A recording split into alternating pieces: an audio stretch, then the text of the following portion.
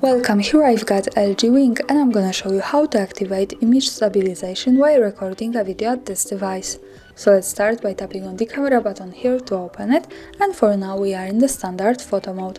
Let's change it to the video by using this settings bar and just simply going to the left. Here we are. Now let's move to the left corner to this button. When we pick it, we can open the advanced camera settings.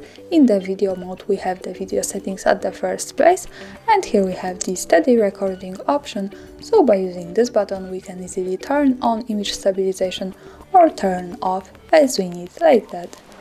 And also when we go back to the video preview, we have one extra button here at the center.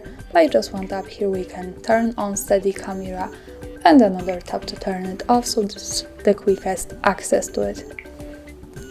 And that's all, thanks for watching, subscribe our channel and hit the thumbs up.